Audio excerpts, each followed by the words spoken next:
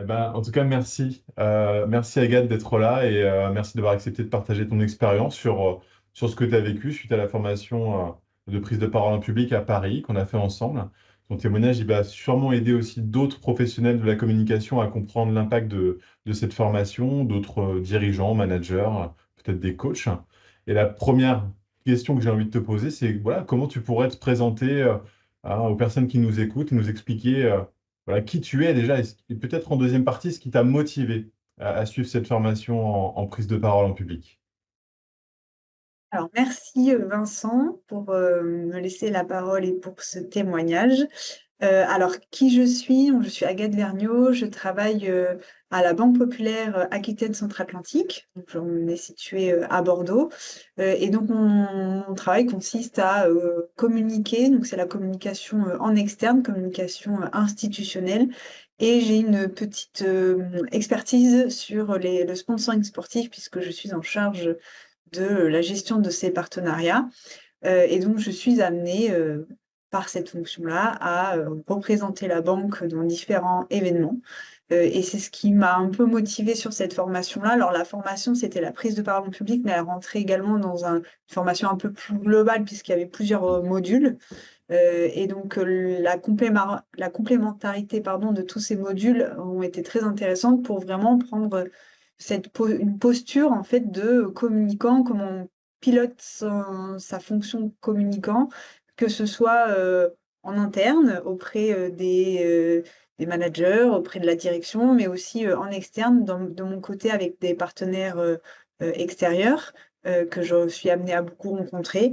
Et voilà, de pouvoir faire passer les bons messages au bon moment et d'avoir la bonne posture. Donc, c'est ce qui m'a motivée pour cette formation. Hmm. Je te remercie, Agathe, pour cette introduction. Il y a tellement de choses qui fusent quand je regarde ton parcours et l'historique de ton parcours que j'ai envie de te questionner sur tout un tas de sujets. On va rester un petit peu dans le cadre, mais voilà, peut-être la première chose, c'était quoi tes attentes ou tes défis hein, spécifiques en matière de communication, d'art oratoire, de prise de parole avant de commencer la formation? Alors, et déjà, il faut savoir que moi, j'ai une formation de technique de graphiste. Mhm. Donc, je maîtrise plutôt la communication visuelle, en tout cas, le graphisme. Puis, ces dernières années, j'ai été beaucoup amenée à justement travailler le fait de prendre la parole, enfin, d'écrire des discours pour les autres, déjà. Mhm. Oui. Euh, et donc, c'est quelque chose que j'ai appris un peu sur le terrain. C'est pas quelque chose que j'ai vu à l'école, puisque c'est pas ma formation initiale. Donc, de Mhm. pouvoir aussi avoir une formation qui vient légitimer pardon, tout ça, de pouvoir voilà, faire vraiment prendre du recul en fait sur la posture aussi que je veux prendre, que je veux avoir, et comment je peux la retranscrire.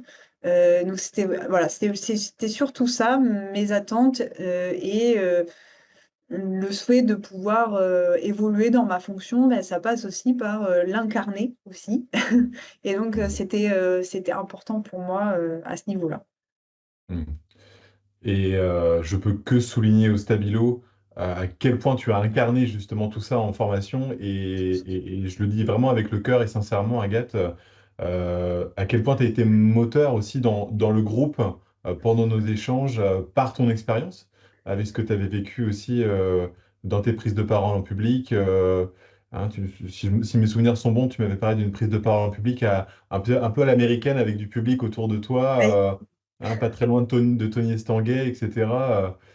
Tu peux nous en dire quelques mots? Oui, c'était une très belle opportunité que j'ai eu l'occasion de vivre, puisque donc la Banque Populaire appartient à un groupe BPCE, donc Banque Populaire Caisse d'Épargne. Et le groupe BPCE pardon, a été partenaire premium des JO. J'ai d'ailleurs eu le privilège de piloter ce projet-là à l'échelle de la Nouvelle-Aquitaine pendant un peu plus de 2 ans. Et j'ai eu l'opportunité de pouvoir monter à Paris devant tous les dirigeants de toutes les banques populaires, de toutes les caisses d'épargne et de toutes les entités du groupe. Donc, c'était 2000 top managers, les plus grands Ah. dirigeants de toutes, toutes les structures bancaires. Donc, un peu de pression quand même. Et surtout qu'il y Un petit peu. avait un petit peu, et que surtout que c'était devant Tony Estanguet, donc voilà, qui a quand même porté ce projet des JO et qui nous a Oui, embarqués avec lui dans son rêve, dans son aventure. Et puis bien voilà, sûr. quand on est sportif, ou même sans forcément être sportif, mais on Oui, a été embarqué dans cette aventure. Donc ça avait beaucoup de sens pour moi. bien Donc sûr.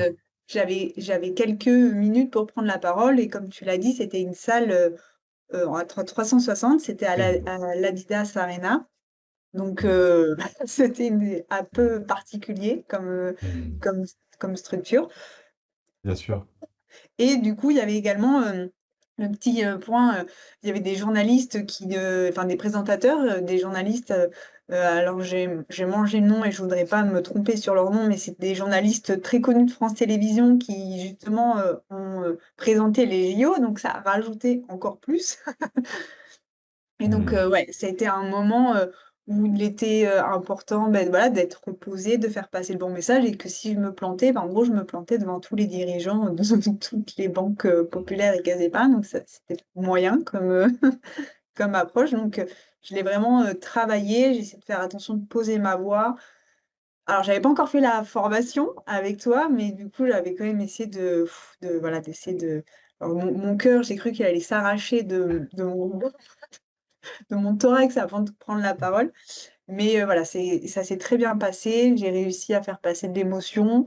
Et encore aujourd'hui, quand on me croise, on m'en parle. Donc je me dis que c'est que j'ai réussi à capter et à marquer les esprits. Donc je pense que c'est ça aussi qui est important. Après, avec le recul, j'aurais fait un peu différemment. J'aurais un peu plus posé ma voix, un peu plus comme on l'a travaillé ensemble, avoir une voix qui porte. Alors j'avais un micro, voilà, mais voilà, j'aurais peut-être fait un peu différemment.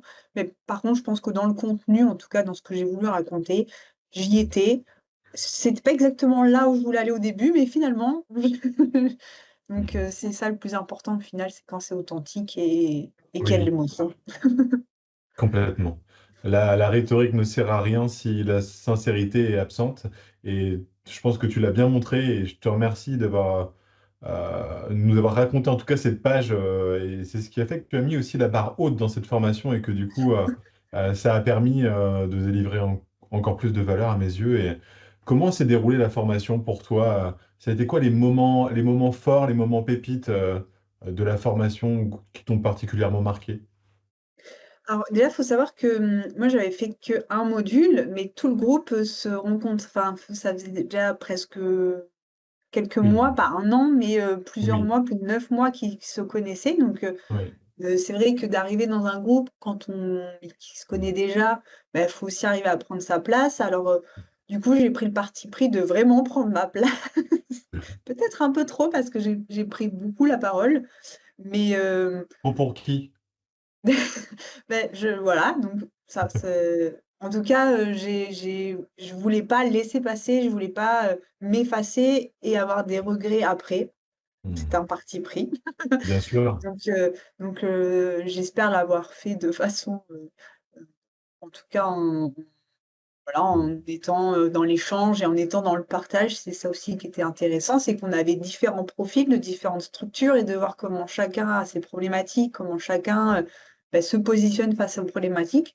Je trouve ça très riche et c'est d'ailleurs un des points, que je note dans cette formation, c'est, bah, de pouvoir échanger avec d'autres professionnels. C'est vrai que quand on est enfermé dans son domaine, où on voit que des gens du même domaine, bah, en fait, on perd en Oui, recul, on perd, voilà, il est important pour moi de se nourrir, des autres et puis en plus, même si c'est pas le même domaine d'activité, il y a toujours des choses dans lesquelles on peut s'inspirer.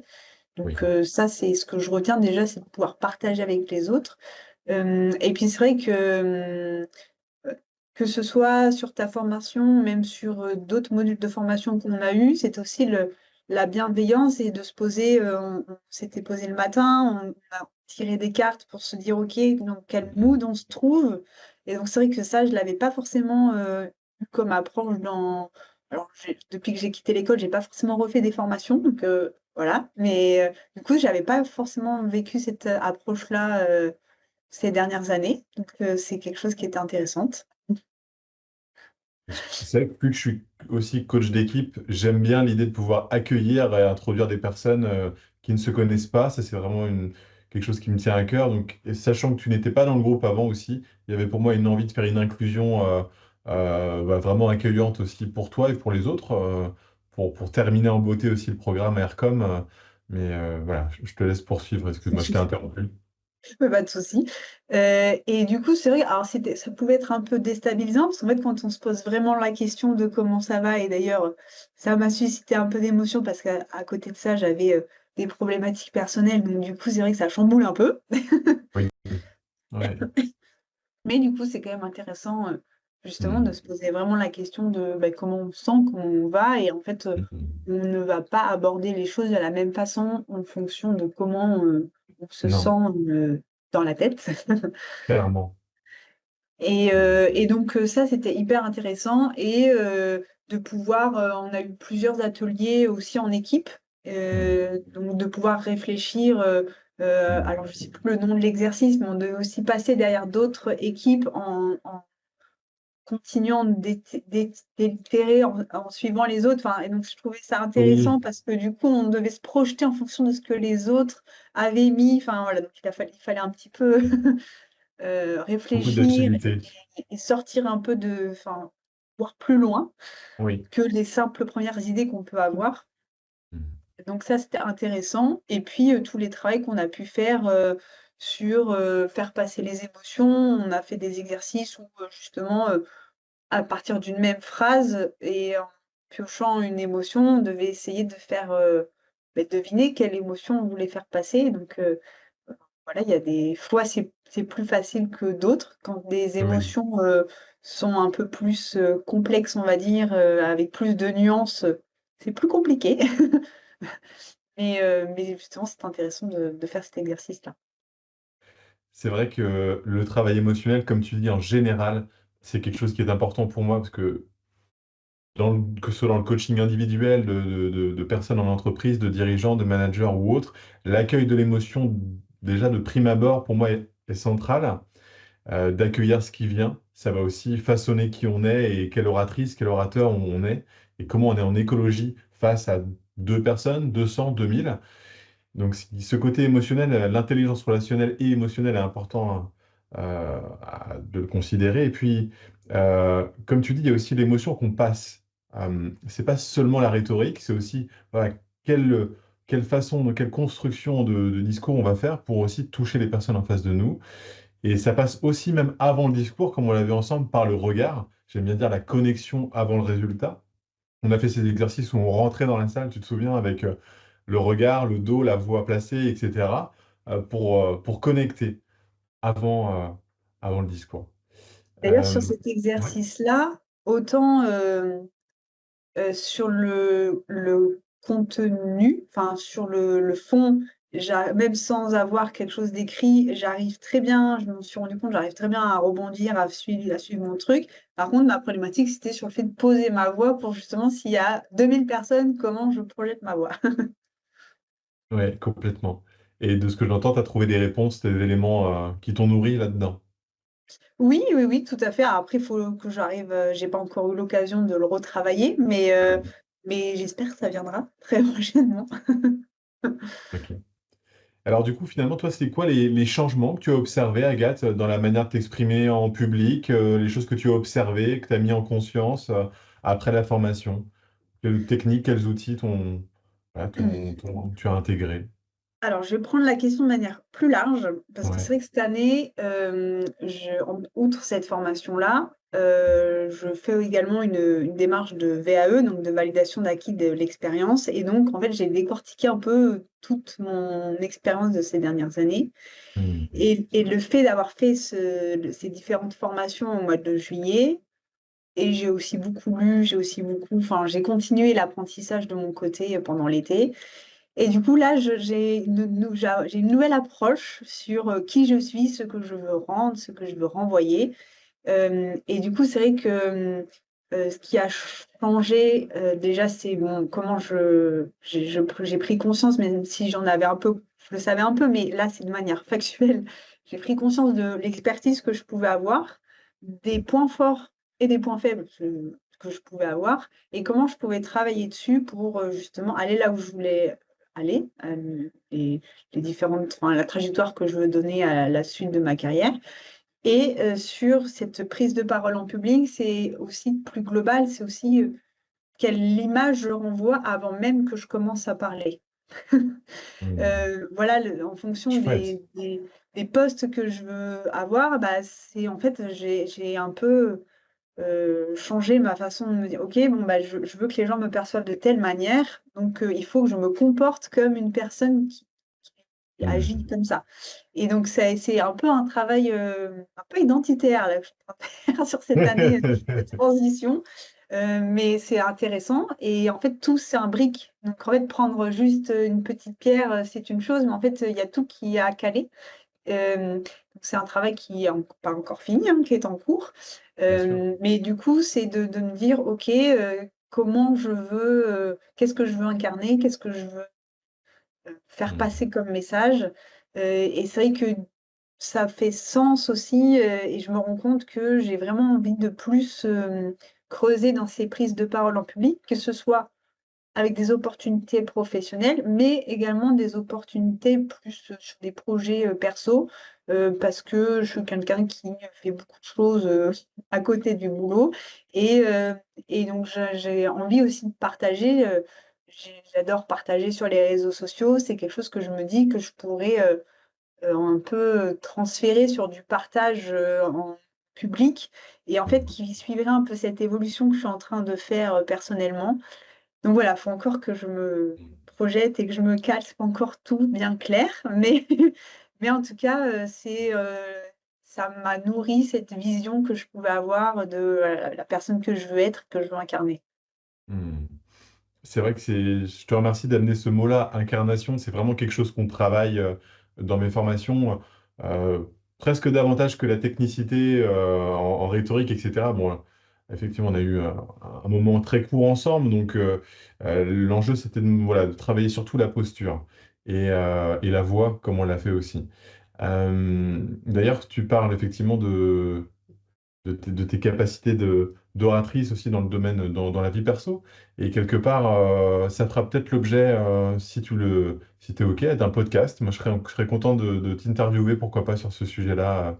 On pourra en reparler dans le podcast Dialogue humain, qui est une interview justement des parcours humains un peu exceptionnels. Et je trouve que le tien est assez exceptionnel. Bah, merci, bah, c'est avec grand plaisir.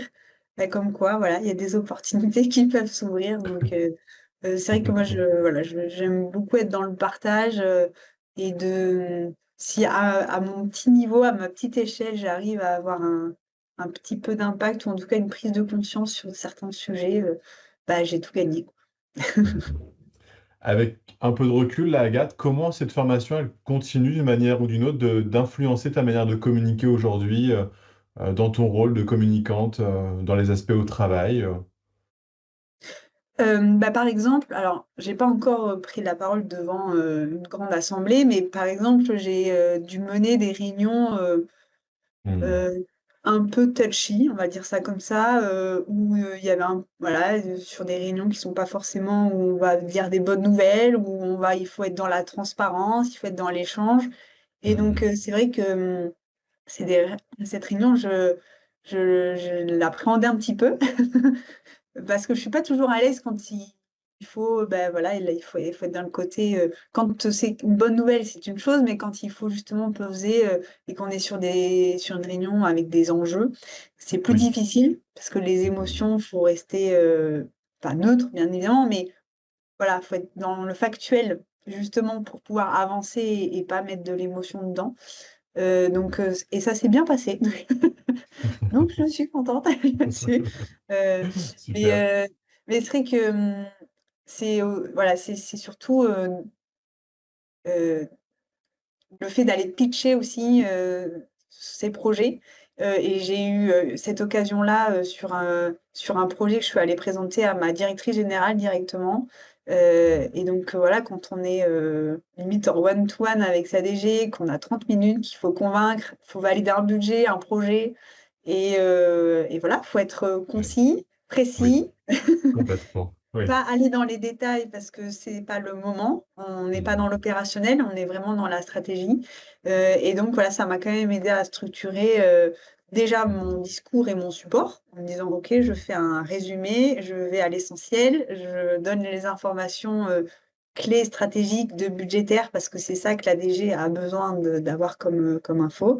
Et après, si elle a envie d'entrer plus dans les détails sur des aspects plus opérationnels, j'ai les éléments. Mais en tout cas, d'un premier abord, Oui. voilà.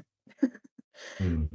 Et ça s'est bien passé aussi, donc c'est bon, j'ai coché, j'ai validé mon projet, mon budget, donc c'est que j'ai réussi à convaincre. Donc, Hmm. Bah, félicitations, et c'est vraiment de ça qu'il s'agit, c'est être plus à l'aise dans nos prises de parole en public, et que ce soit une réunion, un toast, voilà, ou une conférence, ou peu importe, mais en tout cas, c'est de gagner en sérénité, en structure, en technique, mais voilà, donc merci d'avoir souligné ça aussi. Et euh, qu'est-ce que tu dirais à un collègue, une collègue, à une personne qui hésite à suivre cette formation, qui se pose des questions sur l'importance de la prise de parole en public? Tu lui partagerais quoi? alors, je pense qu'il y a beaucoup de personnes qui ont un peu le syndrome de l'imposteur, où on fait des choses et on ne sait pas trop si c'est bien, c'est pas bien, on ne sait pas trop où se positionner. Donc c'est vrai que moi, ça faisait 12 ans que j'étais sortie de l'école, j'avais pas refait de formation. Et donc, bon, Oui. comme je disais tout à l'heure, là, je me mets vraiment à niveau côté formation. Mais du coup, ça me fait vraiment du bien parce que je me remets en posture d'apprenante, je me remets en posture de j'emmagasine les informations, j'ouvre un peu ma vision. Donc ça, je trouve que c'est hyper intéressant comme approche de se renouveler, de se rechallenger, voilà, d'ouvrir d'autres possibilités. Et en fait, je me rends compte que ça m'ouvre des fenêtres, même plus que des fenêtres, en me disant, OK, mon regard, en fait, je peux voir plus loin, je peux aller plus voilà, des choses que j'avais pas vues, ben, en fait, Oui. je peux me projeter à imaginer des choses, plus folles. Voilà, on Hmm. échangeait tout à l'heure, potentiellement un TEDx, pourquoi pas? Ou voilà, je ne sais pas, si Oui. ça va voir le jour. En tout cas, c'est des choses c'est des graines, en fait, qui sont venues se poser, qui vont peut-être germer et qui, voilà, j'aurais peut-être pas, songé à cette idée-là, il y a encore quelques mois. Donc en fait, c'est, voilà, de pouvoir, ouvrir, son champ des possibles, Hmm. et enfin moi, en tout cas, cette formation, la formation avec toi et tout le module dans son ensemble, en fait, je me suis, positionnée en me disant: «OK, mais en fait, je connais des choses, il y a des choses sur lesquelles il faut que je m'améliore, c'est sûr, mais en tout cas, j'ai une vision, une map très précise de mon expertise, ce que je suis capable de délivrer, ce que je suis capable de faire». Et en fait, ça m'a donné une confiance en moi. J'en avais déjà un peu, alors sans être, dans l'exagération et voilà, mais j'avais déjà fait un travail sur moi là-dessus. Et du coup, de se dire: «OK, mais en fait, je n'ai pas à rougir, je n'ai pas à arriver sur la pointe des pieds, je peux prendre pleinement ma place». Et oui, j'ai des choses encore à améliorer, mais j'en ai conscience et du coup, je vais aller, justement les peaufiner, les chercher et en me créant des opportunités, en me créant, cette enfin voilà, les événements pour pouvoir évoluer. Donc Bien c'est sûr. plutôt ça que je dirais, Ouais. à des personnes qui hésitent, c'est en fait de voilà, de se donner toutes les chances, Hmm. voilà, de voir où on en est, où est-ce qu'on veut aller. Hem et puis oui, ça donne, c'est une bonne entrée en matière de savoir, OK, est-ce qu'on veut, justement, est-ce qu'on veut aller plus loin? Est-ce qu'on veut creuser ce sujet-là? Hem Hmm. et oui et donc voilà, je pense que ça peut vraiment être utile, alors en fonction des parcours de chacun et des objectifs de chacun, mais en tout cas dans mon cas, Hmm. ça Ok. m'a beaucoup aidée. Et par rapport à ce module prise de parole, si tu devais retenir juste une chose, juste un point central qui, toi, t'a vraiment marqué, ou que tu as envie de souligner au stabilo, juste un, ce serait quoi finalement? Le mot-clé. Un seul mot. Un seul mot ou un concept, une idée, une association d'idées, une thématique qu'on a vue ensemble. Bah, il y a le fait de travailler la structure de sa prise de parole. Hmm. Voilà, quand on avait vu, alors je veux pas me tromper, mais c'était, pathos, logos, j'ai plus le troisième, mais Ethos, ouais. ethos, voilà Oui, le exactement. triangle grec, Le ouais, triangle, complètement. voilà et en fait heu, de pouvoir justement structurer un peu sa prise de parole pour pas partir, comme ça, justement, après, on vient mettre l'émotion, on vient mettre l'incarnation, on vient tout mettre, mais la base, ça reste la structure et de se dire, voilà, comment je vais accrocher, puis comment je vais maintenir en Oui, attention tout au long de la prise de parole, avec ouais, potentiellement des accélérations, des moments où on va plutôt ralentir, enfin voilà, donc c'est ces petites choses-là que j'avais pas forcément en tête ou que j'avais pas forcément analysé. Donc bien sûr. c'est intéressant. Et du coup, bah, en fait, en travaillant une bonne structure, on va pouvoir après, on peut déjà se baser sur quelque chose de solide et après on travaille le reste. Mais déjà, la structure et le fait d'avoir des éléments factuels, des chiffres, des choses comme ça pour venir crédibiliser un discours parce que justement, le cerveau humain a besoin de se rattacher à des choses. Enfin, voilà, c'est toutes ces petites choses-là qui étaient hyper intéressantes à travailler. Hmm. Ouais, je te remercie pour ton retour. C'est vrai que j'avais oublié ce tiroir-là, mais c'est vrai que la structure, que ce soit le triangle grec, le plan en balise, etc., le 33-30, le plan persuasif, puis oui, la voix, comme tu dis, la prosodie, la musicalité de la voix, la rythmique, Ouais, etc. C'est vrai que c'est des choses qui permettent d'accrocher. Aujourd'hui, on perd l'attention de quelqu'un en 5 secondes. Donc c'est vrai que l'accroche est essentielle et j'avais effectivement mis un point d'honneur à ce qu'on puisse bien travailler ces accroches. Et ça me semble encore de plus en plus important quand le temps passe et que je vois dans quel monde on vit. Mais et si tu devais résumer en 3 mots un peu l'impact de cette formation sur ta pratique professionnelle, tu dirais quoi en 3 mots? bah, incarnation, c'est ce qu'on s'est dit Ouais. tout à l'heure. C'est d'incarner. La confiance, parce que sans confiance, on n'avance pas. Si on n'a déjà pas confiance en soi, on n'arrivera pas à aller plus loin. Et le partage, parce que le fait qu'on était un groupe et que justement, sans aucun jugement et en toute bienveillance, le fait de pouvoir se faire des retours, des partages Ouais. et analyser ça, bah, en fait, c'est précieux. Hmm. Ta parole est précieuse aujourd'hui. Je te remercie beaucoup, Agathe. Merci beaucoup à toi. Et je te dis ben, à bientôt et je te souhaite bon vent dans tes nouvelles aventures. Et si tu fais un TEDx, eh ben, en tout cas, sache que je suis prêt à en parler avec toi. J'ai accompagné pas mal de monde sur TEDx, donc ce sera avec joie. Ça Merci Agathe. marche. Avec plaisir. Merci beaucoup.